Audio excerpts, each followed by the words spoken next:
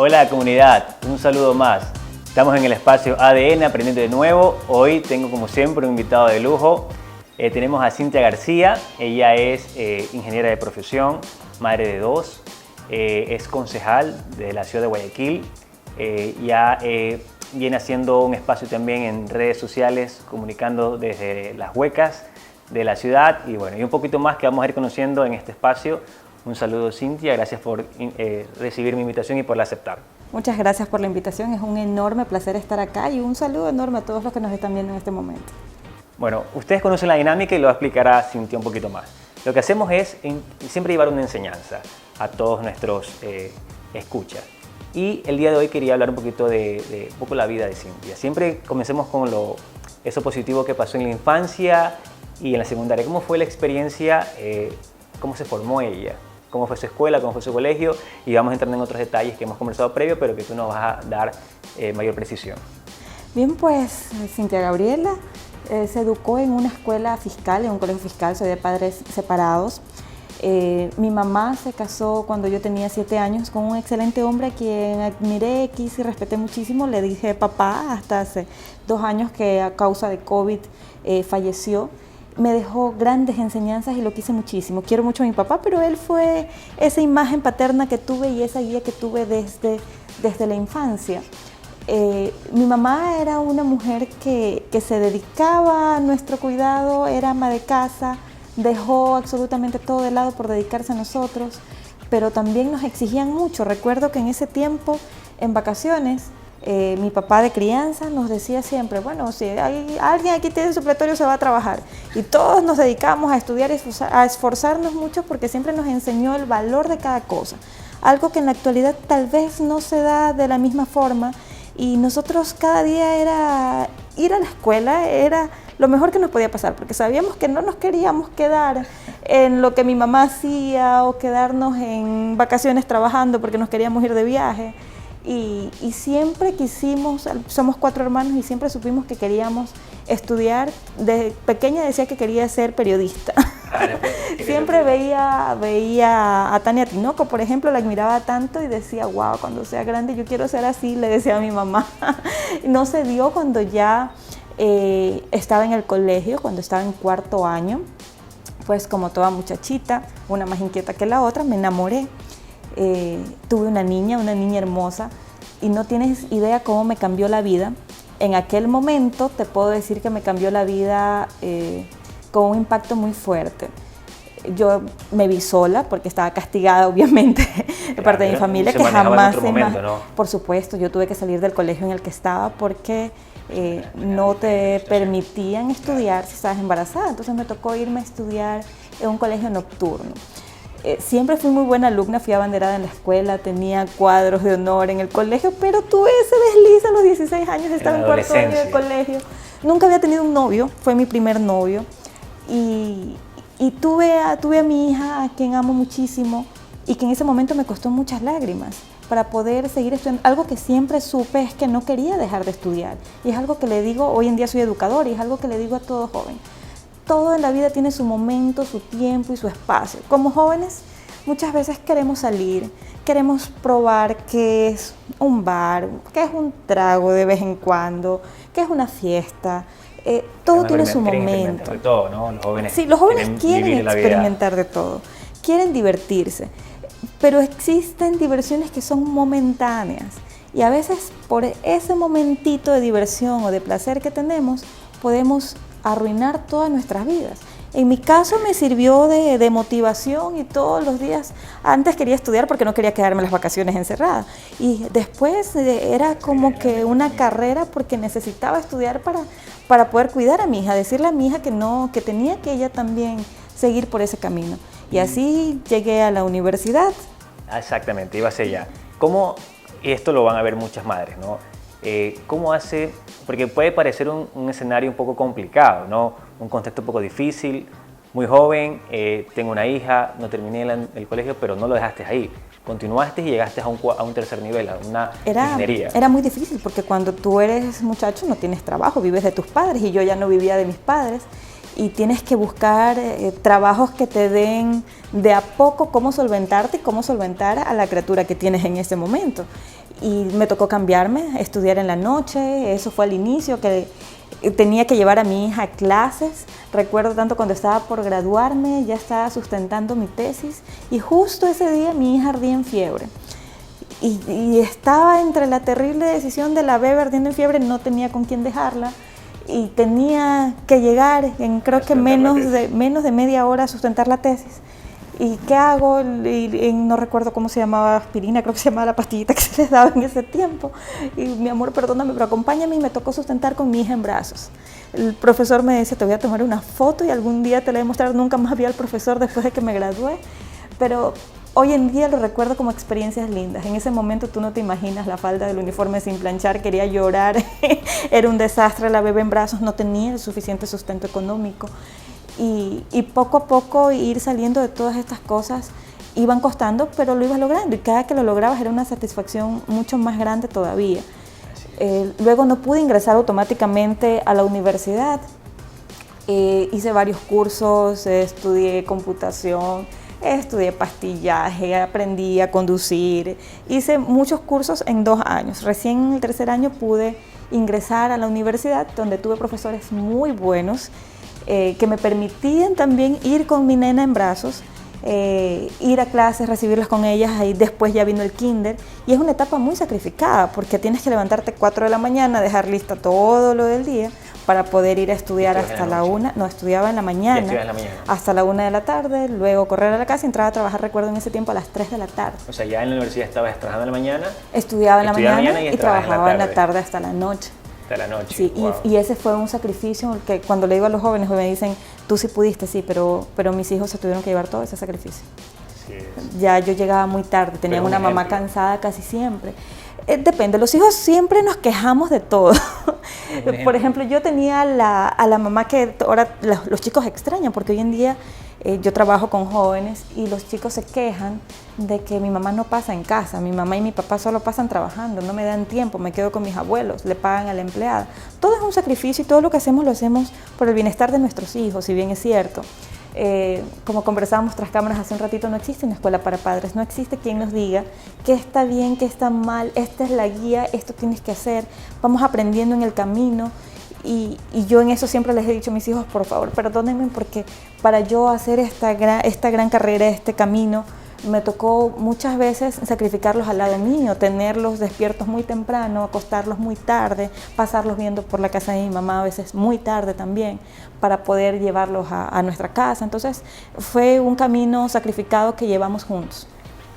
Esa ha sido un poco la anécdota, un poco la vida con los hijos de Cintia, pero ha sido positivo. El día de hoy Cintia es concejal y ha podido tener este periodo, poder hacer un impacto también con los jóvenes. Ya desde la figura pública que se vuelve el concejal y la posibilidad que tiene o el impacto que se amplifica con el servicio público. ¿Qué es lo que ha venido haciendo Cintia? ¿Cómo ha trabajado puntualmente con los jóvenes? Porque sé que con los jóvenes has tenido una actividad particular. Bueno, yo soy docente universitaria y siempre fui activista política cuando estaba en la universidad. Hicimos varios programas desde estudiantes. Por ejemplo, los días lunes en la universidad, los días lunes teníamos un programa que era de nutrición, decíamos nosotros en ese tiempo, un grupo de jóvenes, donde todos los lunes llegábamos con desayuno para los jóvenes que venían de otras provincias. Hay estudiantes que si tienen para el pasaje no tienen para comer. Y tú hubieses visto las colas inmensas que se hacían todos los lunes y venían no era mucho lo que teníamos nosotros también en ese tiempo. Entonces les dábamos un sanduchito que era un pan con muy poquito queso, una banana y colada que la hacíamos en la casa del que le tocaba. Pero eso era... Ahí comenzó la actividad. Ahí comenzó la actividad.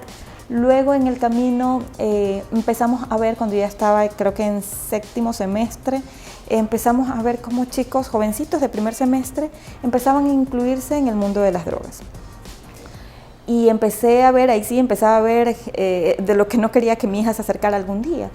Y presentamos un proyecto que se llamaba Drogas, ¿por qué no? Era pregunta, a veces se confundía, pero teníamos la inexperiencia, entonces era Drogas, ¿por qué no? Y le presentamos el proyecto en ese entonces al abogado Jaime Nebot. Él lo acogió, lo aprobaron por consejo y íbamos con mensajes de concientización por medio del humor. En ese tiempo trabajamos con Flor María Palomé, que me acuerdo, autorizado por el exalcalde, y llegamos a muchos sectores con mensajes por medio del humor para concientizar no solamente a los chicos, sino también a los padres, dándoles una guía de cómo podemos crear espacios para mantener a nuestros hijos ocupados, quitarles su tiempo de ocio y poder alejarlos un poco, bastante, de la maldad que existe fuera cuando tratan de arrancharnos a nuestros hijos y llevarlos a este mundo que una vez que ingresan es muy difícil sacarlos. Es muy complicado, exactamente. Ajá. Luego de esto, pues seguí activando, ya estaba trabajando junto al exalcalde en estos proyectos, que era básicamente fuimos a muchísimos colegios, era prevención nada más, prevención no tiene nada que ver con ya la recuperación o la intervención. Entonces, tiempo después ya me había graduado. Disculpa, que es lo ideal. Trabajar desde la prevención. Deberíamos trabajar siempre desde la porque... prevención con los muy jovencitos, porque mira que en estas charlas cuando íbamos a distintos colegios, desde los más humildes en sectores muy populares hasta colegios de muy buen nivel donde pagan los padres muy bien, y siempre te encontrabas 1, 2, 3 casos de chicos donde ya tenían esta problemática. El tema de drogas no escatima condición social. No, está en todos lados. Lo único que unos probaban H de la bien barata y los otros ya tenían una que un poco más de valor porque tenían cómo acceder a ella. Pero todos caían en este círculo vicioso. Bueno, no todos. Una cantidad de todas las instituciones. Había el riesgo. Había, en todos lados había riesgo. Siempre había. Siempre. Y ese compañerito que ya consumía siempre era la tentación para otro que no consumía, porque era como que el que lo consume lo hace porque tiene algún problema, porque sus padres son divorciados, porque no tienen el autoestima de una forma adecuada. Entonces existe este riesgo que en cualquier momento te vuelve vulnerable y caes. Y es donde debería trabajarse en la prevención con psicólogos, con trabajo en casa. Los papitos siempre tratando de tener el control de sus hijos, revisarles siempre las uñas, las maletas, los cajones de su cuarto, porque los chicos son vivísimos, pues siempre tratan de esconder lo que hacen. Y sigues trabajando con el tema de los adolescentes. Bueno, aparte de la universidad, tu cátedra como docente universitaria, las actividades que hace la alcaldía, desde la concejalía también, ¿sigues trabajando con estas actividades? ¿Las mantienen al día de hoy? Sí, luego cuando pasamos de este proceso, tuve la oportunidad de ser concejal alterna del vicealcalde de José Sánchez y allí pudimos liberar distintas acciones. Allí, en cambio, empezamos a trabajar con jóvenes de distintos barrios. Se llamaba Guayaquil del Futuro, el grupo Guayaquil del Futuro. Y con estos chicos empezamos ya a hacer más actividad social en sectores muy vulnerables. Ya vamos con desayunos comunitarios, con almuerzos comunitarios. Es que mira, los jóvenes tienen una identidad propia, tienen este tiempo propio que no lo repiten más, que es donde tienes la mayor cantidad de energía, solo que no es aprovechada esa energía. El joven, tú vas donde un chico normal, 11, 12, 13, 14 años, a las 10 de la mañana, si no tiene clases, ¿qué está haciendo? A nivel hormonal el cambio, definitivamente tienen una energía sí, envidiable. Y si no los pones a producir, están durmiendo, están en ese tiempo ocio que no saben qué hacer, y si viene alguien que los agarra, los captan para algo negativo. Entonces, siempre es bueno que involucremos a nuestros hijos, no importa cuál sea el ámbito, ya sea fútbol, básquetbol, natación, la iglesia, son conceptos buenos, ¿no?, donde podemos distraer a nuestros hijos y alejarlos un poco de las cosas negativas. Que algo importante que aquí, como dato educativo, es que justamente este espacio, el cambio de la cabeza, en la adolescencia hay un desfase hormonal importantísimo, ¿no? El tema de los neurotransmisores están llevando un momento súper complicado. La amígdala, donde se producen las emociones, básicamente tiene un boom, y lo que pasa es que los adolescentes no pueden controlarlo. Es algo que pasa en la adolescencia, justamente en la adolescencia, y este cambio. Es trabajar, o sea, ahí no podemos controlar el tema hormonal de los adolescentes, pero sí podemos trabajar mucho en la autoestima. Por ejemplo, drogas es uno solo de las problemáticas que te hablo. Existen enfermedades de transmisión sexual, para las niñas los embarazos. la depresión que ha llevado a muchos jovencitos al suicidio hoy en día porque no ha sido tratado, porque no nos damos cuenta que nuestro chico está deprimido y simplemente lo topamos como rebeldía, el niño está en la edad del burro, como comúnmente lo llaman, y no, como padres tampoco estamos preparados para identificar a tiempo este tipo de problemáticas. Entonces, en una niña, siempre que tengo jovencitas alrededor, les digo, ay mi amor, si ese jovencito no ha tratado siquiera de conquistarte el corazón un poquito, no tiene derecho a tocar tu cuerpo. Entonces cuida tu cuerpo, es un templo, hasta el momento que tú creas que estás preparado. O sea, no es que vamos a evitar esa parte, pero vamos a prolongar un poquito.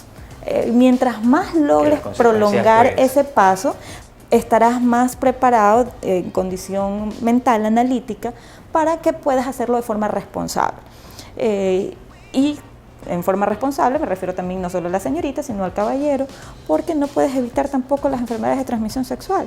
Y otra vez lo digo, por un momentito de diversión, de aventura, de placer, puedes... Las consecuencias son a largo plazo. Sí, puedes distraer tus metas y dañar el resto de tu futuro, de tu vida. Quiero ir por un lado en esa parte de adolescentes, porque tú tienes dos, bueno, ya están básicamente pasando la adolescencia, pero ¿cómo ha sido esa etapa? Ya directamente, ya no es el tema externo, sino directamente entenderlo en casa, ¿cómo ha llevado Cintia que muy difícil. esa maternidad? No, la adolescencia... Muy difícil porque como yo, bueno, como dijimos, no existe escuela para padres, pero como yo a los 16 años ya me vi con una niña en brazos, yo a mi hija traté de sobreprotegerla mucho. Y eso nos creó mucho conflicto. O sea, mamá, ¿me puedo ir a una fiesta del terror? No. Entonces, ¿puedo salir? No, no puedes. Va al cine, yo te llevo, te recojo en la puerta, te saco, yo te compro las palomitas, te dejo que se quede sentadita.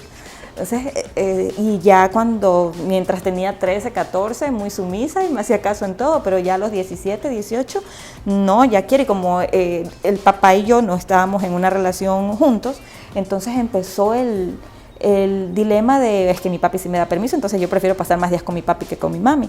Y viene el tema de que el jovencito empieza a ver dónde le conviene más estar según cuál es su actividad. Y para mí fue mucho más difícil la adolescencia de la niña que del niño. El niño es más pegado a la mamá también. Y las mujeres a veces no salimos de esa mentalidad con las que nos crearon. Y mi hijo me da menos temor dejarlo salir. Tampoco sale, todavía está chiquito, para mí chiquito. Va a cumplir 15 años, lo llevo, lo recojo. No tiene permiso para dormir en ningún lado.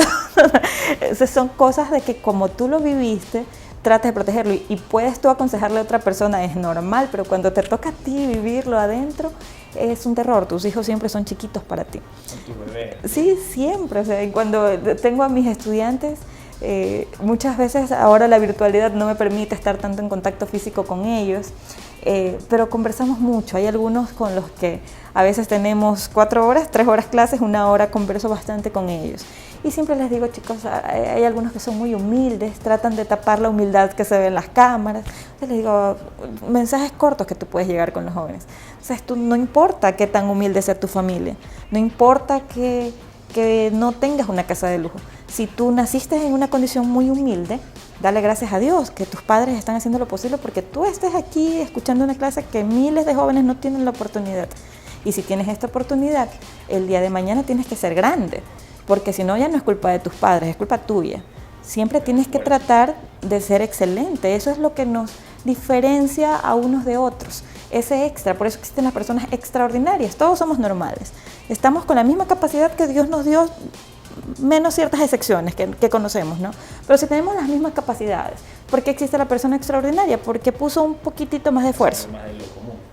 Y puso un poquitito más de esfuerzo. Si tú lees libros de motivación, siempre ves que las personas que han logrado grandes cosas han sido las persistentes. A veces no las más brillantes o inteligentes, sino cuando ha sido persistente. Yo inicio mi día, por ejemplo, 4:30 de la mañana, porque a las 5 tengo que estar en el CrossFit haciendo ejercicio. Y esa experiencia también.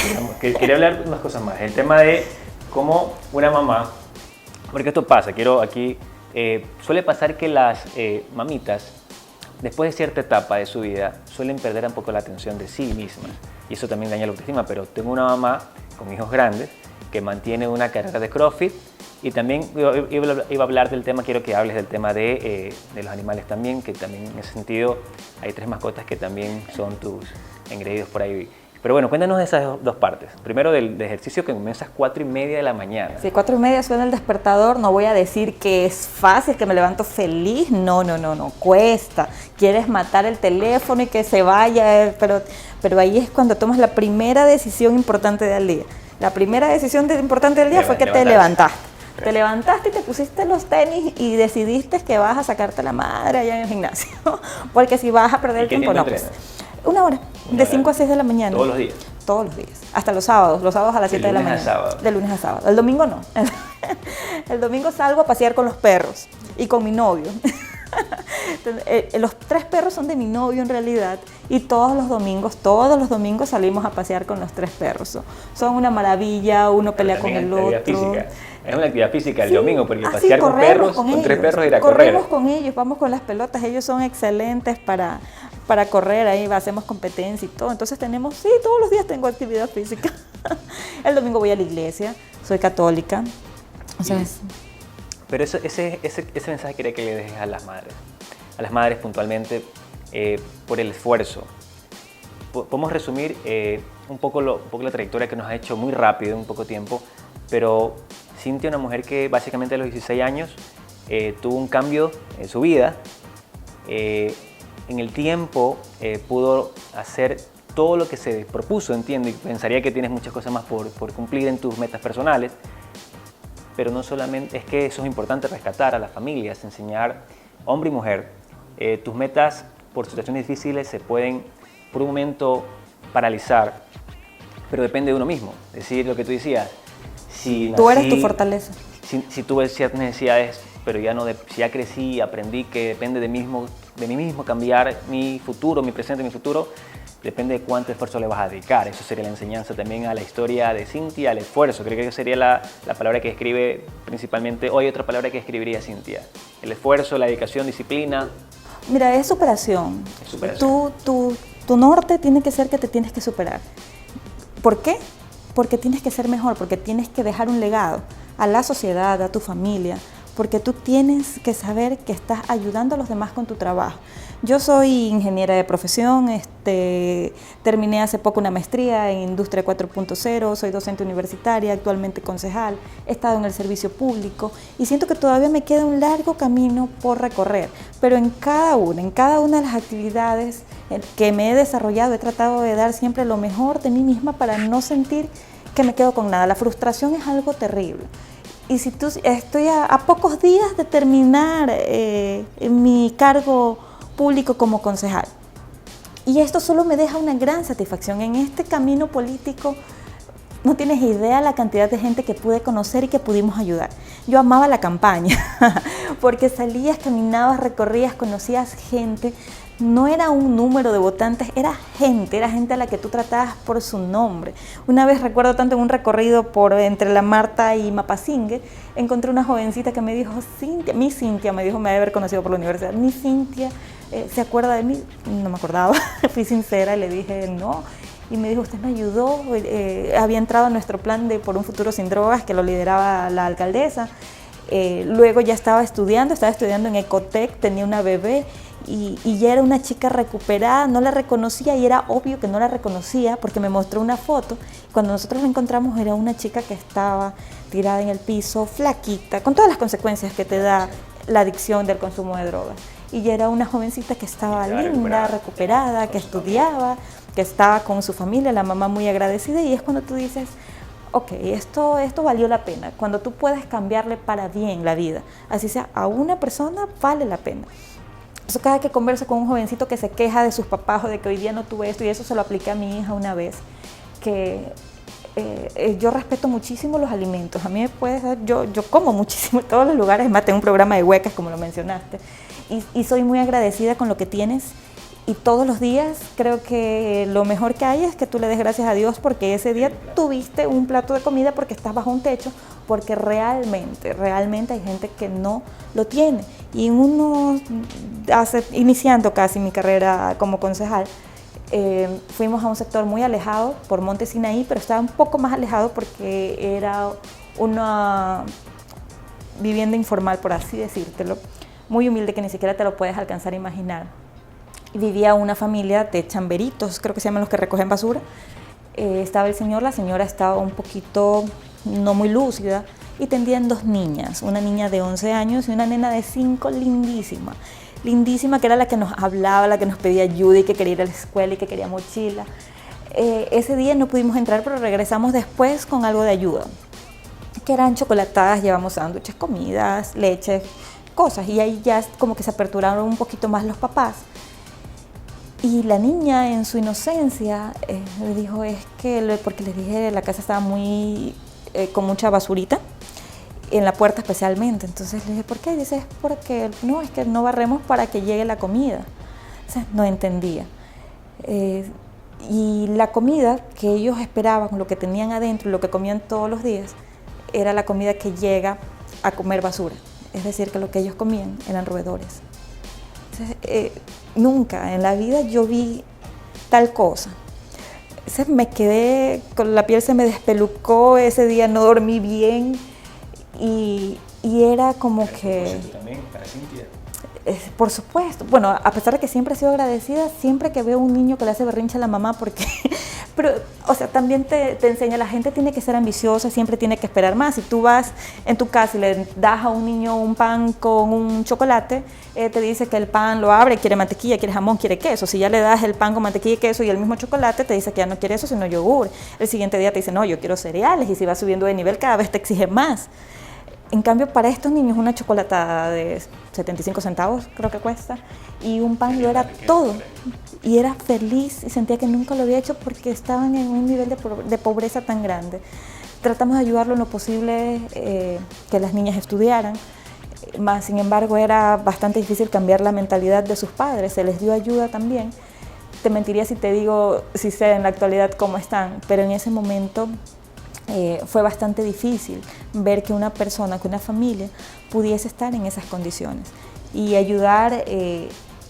Este tipo de situaciones te hacen sentir bien, te hacen sentir que con algo has aportado, aunque con ese ratito, en ese ratito, o sea, me iba a comer un arroz con menestre que no quería, pues recordaba que existe una familia, yo vi a una, pero existen miles de familias que no tienen en este momento que llevar a su mesa. Y es cuando le digo a todos los servidores públicos, y lo he hecho en todo este tiempo, cuando quieres ocupar un cargo público, tienes que saber que ese cargo no es para servirte, no es para lucrarte, no es para llenarte los bolsillos de dinero, es para servir. Tú eres un medio, eres un conductor para ayudar. ¿Ayudar a quiénes? A los que más necesitan, a los más pobres.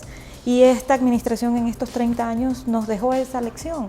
Yo tal vez no viví el cambio en la administración, me imagino que tú tampoco, no sé cuántos años tienes, es más joven que yo.